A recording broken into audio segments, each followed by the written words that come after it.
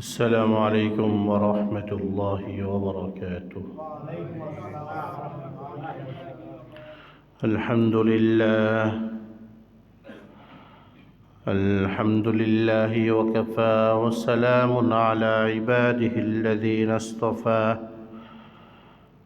أما بعد فأعوذ بالله من الشيطان الرجيم. بسم الله الرحمن الرحيم. يسألونك عن الخمر والميسر قل فيهما إثم كبير ومنافع للناس وإثمهما أكبر من نفعهما ويسألونك ماذا ينفقون قل العفو كذلك يبين الله لكم الآيات لعلكم تتفكرون في الدنيا والآخرة. ويسألونك عن اليتامى قل إصلاح لهم خير وإن تخالطوهم فإخوانكم والله يعلم المفسد من المصلح ولو شاء الله لأعنتكم إن الله عزيز حكيم.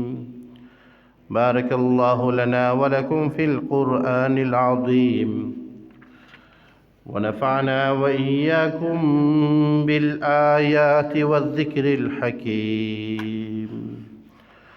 درود شريف পড়ি। اللهم صل على محمد وعلى آل محمد كما صليت على إبراهيم وعلى آل إبراهيم إنك حميد مجيد.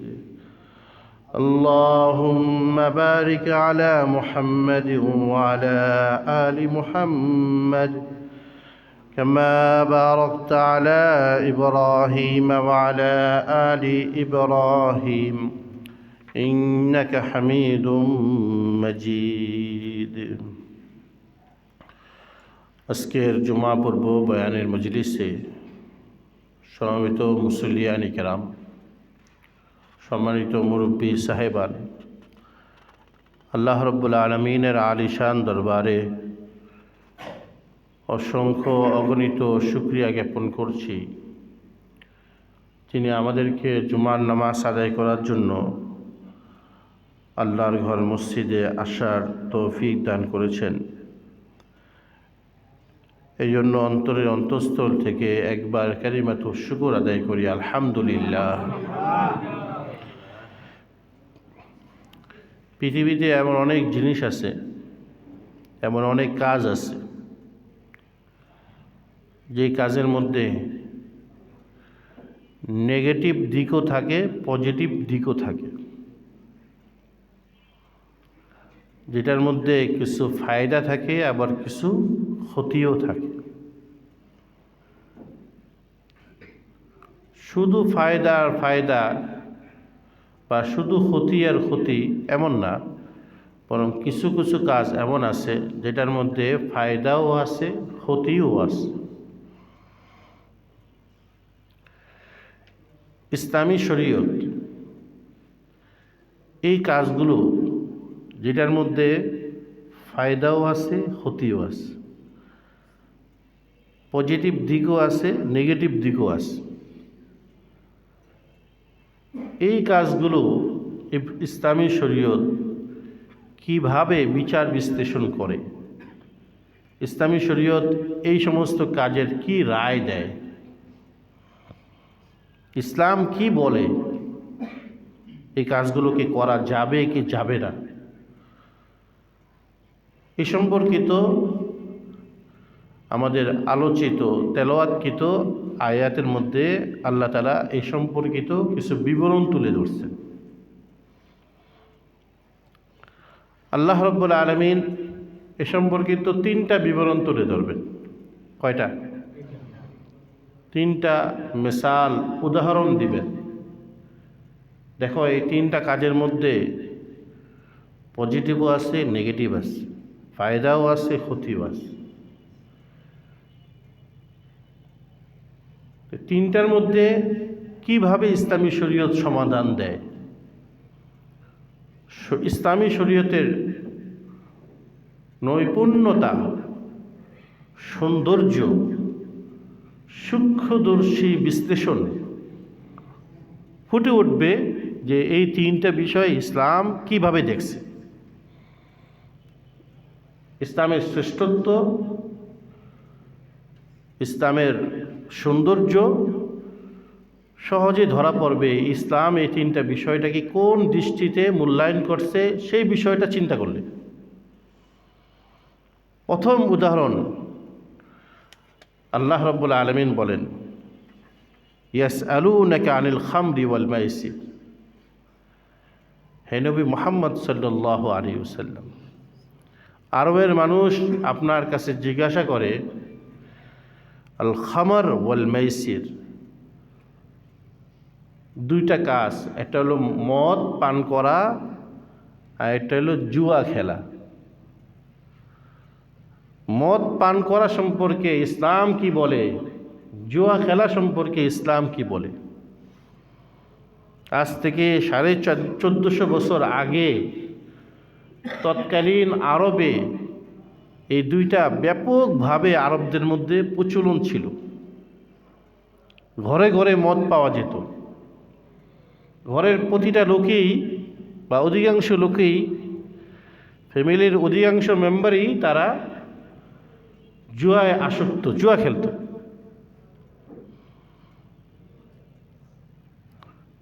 তো তখন একটা পর্যায়ে যায়া সাহাবায়ে কেরাম নবীজিকে জিজ্ঞাসা করছেন, হে আল্লাহর রাসূল, মদের পান করার বিষয়টা কি, জুয়া খেলার বিষয়টা কি, এটা কি ইসলাম কোন দৃষ্টিতে দেখছে। আল্লাহ তাআলা এই কথাটাকে কোরআনে ব্যক্ত করছেন, ইয়াসআলুনাকা, তারা আপনাকে জিজ্ঞাসা করবে, তারা আপনাকে জিজ্ঞাসা করে এবং করবে আনিল খামর, মদ সম্পর্কে, ওয়াল মাইসির, জুয়া খেল সম্পর্কে। আপনি প্রথমে শক্ত ভাষায় উত্তর দিয়েন না, একবারই বিধান জানিয়ে দিয়েন না। বিধান আমি ধাপে ধাপে বলবো, ধাপে ধাপে বলবো। আল্লাহ বলেন, আমি শরীয়ত সাজি, শরীয়তটাকে আমি ধাপে ধাপে প্রণয়ন করব, একসাথে শরীয়ত চাপায় দেব না, যাতে ভারী না হয়ে যায়। আল্লাহ বলেন যে আপনি বলে দেন, আপনি বলে দেন, ফীহিমা ইসমুন কাবীরুন, এই দুইটা জিনিসের মধ্যে বহুত বড় বড় গুনাহ আছে। মদ পান করার মধ্যে বহুত বড় গুনাহ হয়,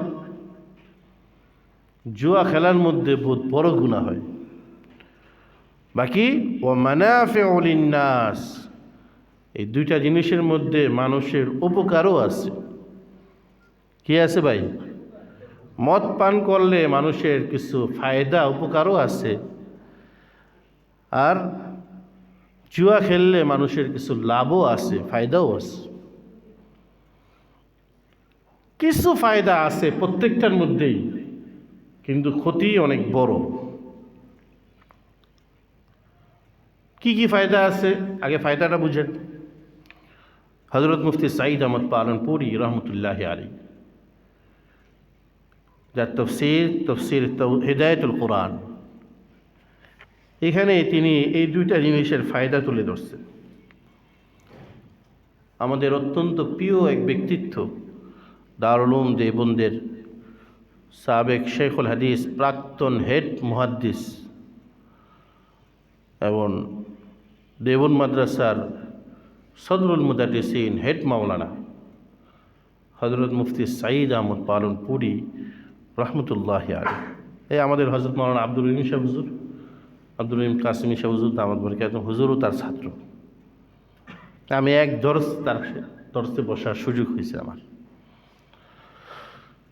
হযরত পালনপুরি লিখছেন, শরাব পীনে সে সুরুর হাসিল হোতা হ্যায়, মদ পান করলে এক ধরনের প্রশান্তি আসে। आदमी दूसरी दुनिया में पहुंच जाता है। মদ পান করলে মানুষের মাথায় কোনো টেনশন থাকে না। আমরা যেমন সাংসারিক প্যারা নিয়ে চলি, চাকরি বাকরির বিভিন্ন ঝামেলা নিয়ে চলি, ব্যবসা বাণিজ্যের বিভিন্ন ঝুঁকি ঝামেলা নিয়ে থাকি, মদ পান করার পরে এক ধরনের প্রশান্তি আসে।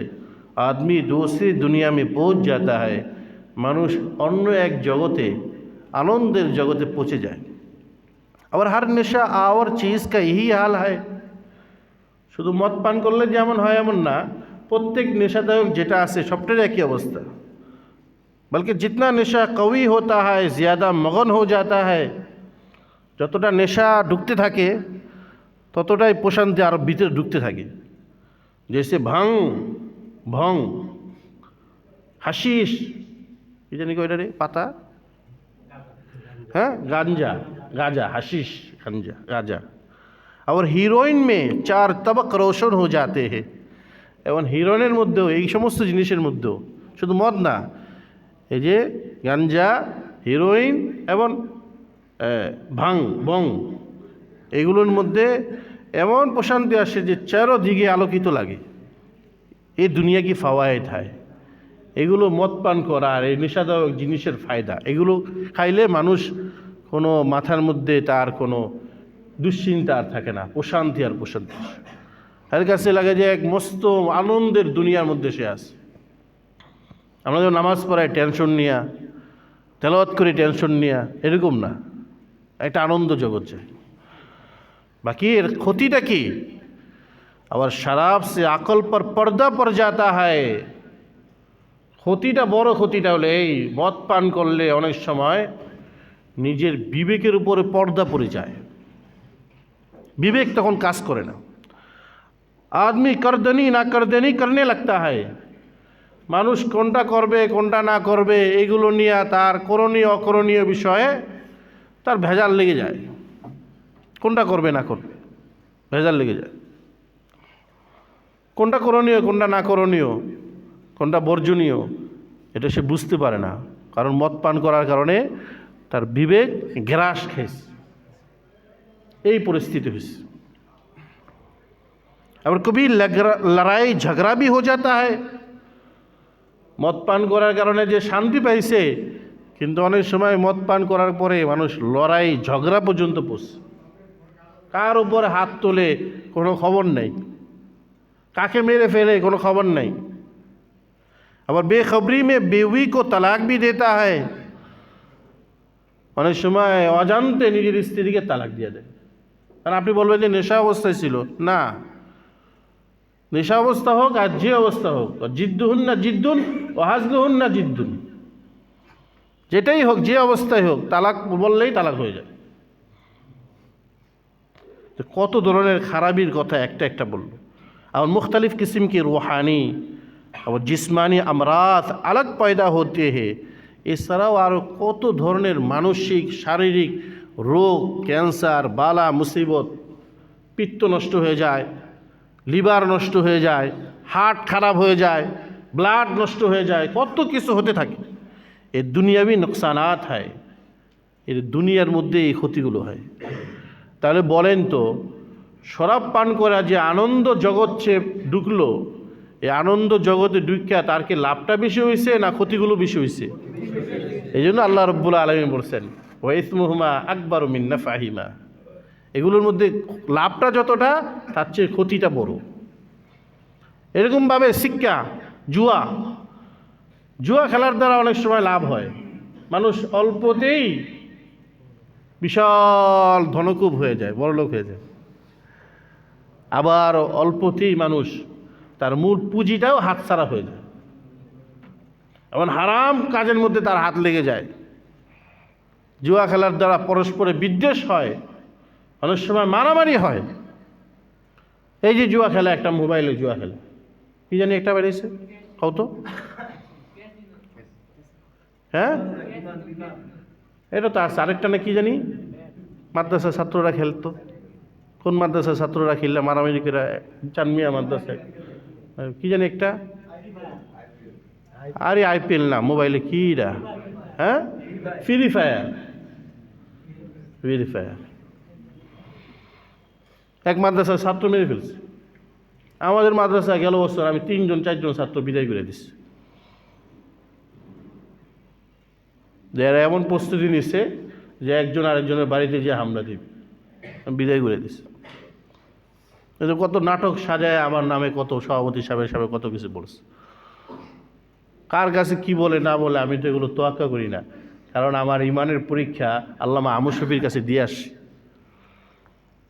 হযরত মুফতি আজম, মুফতি চাটগ্রাম, মুফতি আব্দুল সালাম চাটগ্রামের কাছে দিয়ে আসি। আমি এগুলো দিন শিখে আসি। এই যে জুয়া খেলার দ্বারা কি ক্ষতি হইতেছে, তো লাভ তো হচ্ছে। এখন বলেন, জুয়ার মধ্যে মানুষ যে ধনকুব হয়, অল্পতি লাভবান হয়ে যায়, বড় ধনী হয়ে যায়, এই লাভটা কি বেশি হচ্ছে না ক্ষতিটা বেশি হচ্ছে? এই জন্য আল্লাহ রাব্বুল আলামিন বলছেন ওয়াইসমুহুমা আকবারু মিন নাফআহিমা। এই মদ পান করা আর জুয়া খেলা এগুলোর মধ্যে মানাফে আছে, উপকার আছে, কিন্তু তার উপকারের চেয়ে তার ক্ষতিটা বড়। এই ক্ষতিটা বড়। এই জন্য ইসলামী শরীয়ত এই বিষয়টাকে সমাধান এভাবেই দিছে যে যেই জিনিসটার মধ্যে লাভ থাকে আবার ক্ষতি থাকে, ও জিনিসটার ক্ষতিটাকে লক্ষ্য করেই বিধান আসবে।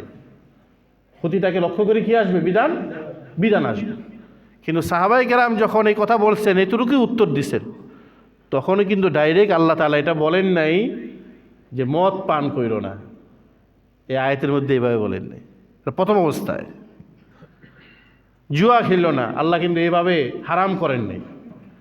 প্রথম অবস্থায় আল্লাহ তাআলা মদকে হারাম করেন নাই, জুয়াকে হারাম করেন নাই, বরং বলছে মদ আর জুয়ার মধ্যে ফায়দা আছে, ক্ষতিটা বড়, এতটুক বলছে। এরপরে যে আল্লাহ রাব্বুল আলামিন আবার সূরা নিসার আয়াত নাযিল করছেন, সেখানে শুধু এতটুক বলছেন মদ পান করলে তোমরা করতে পারো, ওয়ালা তাকরাবুস সালাত ওয়া আনতুম সুকারা, কিন্তু মদ পান কইরা নামাজের ধারে কাছে যেও না।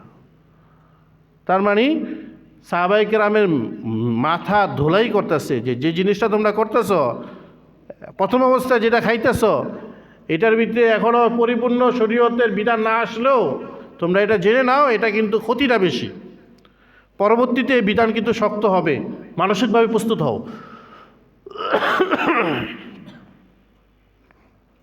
পরবর্তীতে মাঝখানে আইসা আল্লাহ রাব্বুল আলামিন বলেন খাও, কিন্তু নামাজের ধারে কাছে যেও না।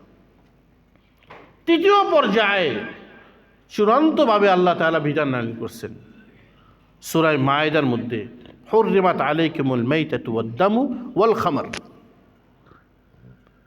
সূরা মায়েদার মধ্যে তৃতীয়বার আইসা আল্লাহ তাআলা বলছেন মদ হারাম। তাহলে বলেন, মদ জুয়া এগুলো যে হারাম, এগুলো কি আল্লাহ তাআলা একসাথে বলছেন না 3 ধাপে যায় বলছেন? 3 ধাপে যায় বলছেন। এই জন্য যে কোনো একটা শাস্তি প্রয়োগ করার আগে নিয়ম হলো আগে তাকে নিয়ম বাতলে দেওয়া, পরে তাকে তম্বি করা, সতর্ক করা, তারপরে তাকে শাস্তি প্রয়োগ করা। 3 ধাপ। প্রথম অবস্থায় তাকে শাস্তি দেওয়া হয় না, ধাপে ধাপে ধাপে ধাপে। কিন্তু অনেক পুলিশ দেখবেন, অনেক র্যাব দেখবেন, সরকারের বাহিনী আছে, এরা প্রথমে যাই অ্যাটাক করে দুমদাম মারে। পুলিশে তো মারার অধিকার দেয়নি সরকার, বিচার ব্যবস্থা এটা দেয়নি। এরা বলছে ধরে নিয়ে আসো, আদালতে নাও, কোর্ট কাছারিতে উঠাও, কিন্তু তারা প্রথমে মারে, অ্যাটাক করে, এই কাজটা করে। আমরা তো মাদ্রাসা ছাত্রদেরকে প্রথমে শাসন করি না, প্রথমে আমরা তাকে নিয়ম বাতলাই দিই, এইভাবে চলবা, তুমি এটা করছো এটা ঠিক না, এইভাবে চলবা। পরে তাকে আমরা শাসন করার আগে তাকে সতর্ক করি, সাবধান করি, এটা করছো কেন, বারবার না তোমাকে ধমক দেই। শেষে গিয়ে তাকে হালকা পাতলা শাসন করি, ধাপে ধাপে ধাপে ধাপে। তো ইসলামী শরীয়ত এই বিষয়টাকে এভাবে প্লেস করছে যে যে জিনিসটার নেগেটিভ দিক থাকবে, পজিটিভ দিক থাকবে, ওই জিনিসটার পজিটিভ দিক লক্ষ্য করে হালালের মাসলা আসবে না, বরং নেগেটিভ দিক লক্ষ্য করেই কিসের মাসলা আসবে? হারামের মাসলা আসবে। এর 1 নম্বর। দ্বিতীয় নম্বর, ওয়াসআলুনাকা মাযা ইউনফিকুন। সাহাবায়ে কেরাম আপনাকে জিজ্ঞাসা করবে কিভাবে খরচ করবে, আল্লাহর রাস্তায় কিভাবে খরচ করবে। যা ইনকাম করতেছে সবই কি খরচ করে দিবে? যা ইনকাম করতেছে সবই কি খরচ করে দিবে? বলেন আল্লাহ রাব্বুল আলামিন বলেন যে কুল আল আফওয়া, যা ইনকাম করতেছে তাই খরচ করে দিবে না, বরং আল আফওয়া, বরং ইনকাম যা করতেছে ইনকাম সারা মাস খরচ করবে নিজের ফ্যামিলির মধ্যে, নিজের প্রয়োজনের যে সমস্ত খাত আছে সেই সমস্ত খাতের মধ্যে সারা মাস ইনকাম থেকে খরচ হবে। খরচ করার পরে কিছু রয়ে যাবে, কিছু বেঁচে যাবে, এরকম হয় না? আল্লাহ রাব্বুল আলামিন বলেন যে তুমি তোমার মূল পুঁজি থেকে পুরা ইনকামটাই আল্লাহর রাস্তায় খরচ করো না, বরং আল আফওয়া, সারা মাস ফ্যামিলিতে প্রয়োজনীয় জায়গায় খরচ করার পরে যা অতিরিক্ত থাকবে এই অতিরিক্ত জিনিস থেকে তুমি খরচ করবা। এটা কেন বলছেন? আল্লাহর রাস্তায় খরচ করবা অতিরিক্ত জিনিস থেকে কেন বলছেন? তুমি অতিরিক্ত জিনিস দিয়ে তুমি খরচ না করে যদি তুমি অল্প অল্প করে রেখে দাও, এই মাসে কিছু অতিরিক্ত হয়েছে, পুরা মাস খরচ করার পরে কিছু অতিরিক্ত টাকা রয়েছে, আরেক মাসে আছে, এইভাবে অতিরিক্ত অতিরিক্ত যদি রেখে দাও, তাহলে তুমি দুনিয়ার লাইনে একসময় বড় মালদার হয়ে যাবে। একসময় তুমি কি হয়ে যাবে? বড় মালদার হয়ে যাবে। কতরা কতরা দুরিয়া সওয়াত, कंकर कंकर से पत्थर बन जाता है। ছোট ছোট 1 ফোঁটা 2 ফোঁটা করে একটা দরিয়া হয়ে যায়, সমুদ্র হয়ে যায়, নদী হয়ে যায়। 1-2টা কঙ্কর জমা করতে করতে একটা পুরো পাথরের স্তূপ হয়ে যায়। তো ঠিক প্রতি মাসে পরিবার এবং নিত্য প্রয়োজনীয় জায়গার মধ্যে খরচ করার পরে যা থাকবে এগুলো যদি তুমি জমা করতে থাকো, আস্তে আস্তে তুমি মালদার হয়ে যাবে। একসময় দেখবা তুমি মালদার হয়ে যাবে। তো বেশি মালদার যদি হও তাহলে তোমার দুনিয়ার লাভ হইল। কী লাভ হইল? দুনিয়ার লাভ হইল। কিন্তু তুমি এটা যদি খরচ করো, এগুলো যদি তুমি দুনিয়াতে না রেখে মালদার না হয়ে তুমি যদি মাস শেষে এগুলো যদি দিনের পথে খরচ করো, দিনের কোন জায়গায় খরচ করা দরকার সে সমস্ত জায়গাগুলো ওলামাদের থেকে জিজ্ঞেস করে করে যদি তুমি খরচ করো, তাহলে তুমি দুনিয়াতে মালদার হবা না ঠিক, কিন্তু আখেরাতের তুমি অনেক বড় সওয়াবের অধিকারী হয়ে যাবে। বলেন সুবহানাল্লাহ। তো দুনিয়াতে মালদার হওয়াটা এটা একটা ঝুঁকিপূর্ণ বিষয়। এটা কিসের বিষয়? ঝুঁকিপূর্ণ বিষয়। তুমি যদি সহিভাবে না চলো, তোমার এই মাল তোমার জন্য ক্ষতি হবে। তোমার সন্তান যদি সহিভাবে না চলে, তোমার এই মাল তোমার সন্তানের জন্য ক্ষতিকারক হবে। তোমার স্ত্রী যদি সহিভাবে না চলে, তোমার এই মাল তোমার স্ত্রীর জন্য ক্ষতিকারক হবে। এর উল্টা তুমি যদি অতিরিক্ত টাকাগুলো যদি আল্লাহর রাস্তায় খরচ করতে থাকো প্রতি মাসে, তাহলে তুমি আখিরাতে বড় সওয়াবের ভাগীদার হবা। তাহলে বলো, অল্প অল্প জমা করে মালদার হওয়া ভালো, না অল্প অল্প দান করে আখিরাতে বড় সওয়াবের ভাগীদার হওয়া ভালো? আল্লাহ তাআলা এটাই বলছে। দ্বিতীয় পয়েন্ট। তৃতীয় নম্বর পয়েন্ট, আরবের বুকে অনেক মানুষ মারা যেত। মারা যাওয়ার সময় তার অনেক সম্পত্তি থাকত। আমাদের দেশের মহিলাদের মতন তারা স্বামী মরে যাওয়ার পরে ঘরে বসে থাকবে এরকম করতো না। নিজের ঈমান নিয়ে এত রিস্কের মধ্যে থাকতো না। বরং আরবদের নিয়ম হলো, এখনো নিয়ম আছে, বিধবা হয়ে গেলে মহিলা যদি একটু বয়স্কও হয় তারপরও সে এক স্বামীর দ্বারস্থ হতো, আরেক জায়গায় বিবাহ বন্ধনে আবদ্ধ হতো। এই জন্য দেখা যায় 50 বছরের 45 বছরের মহিলারা, তাদের স্বামী মারা গেছে, এই মহিলা একা হয়নি, আরেকজন পুরুষের কাছে বিবাহ বসে গেছে।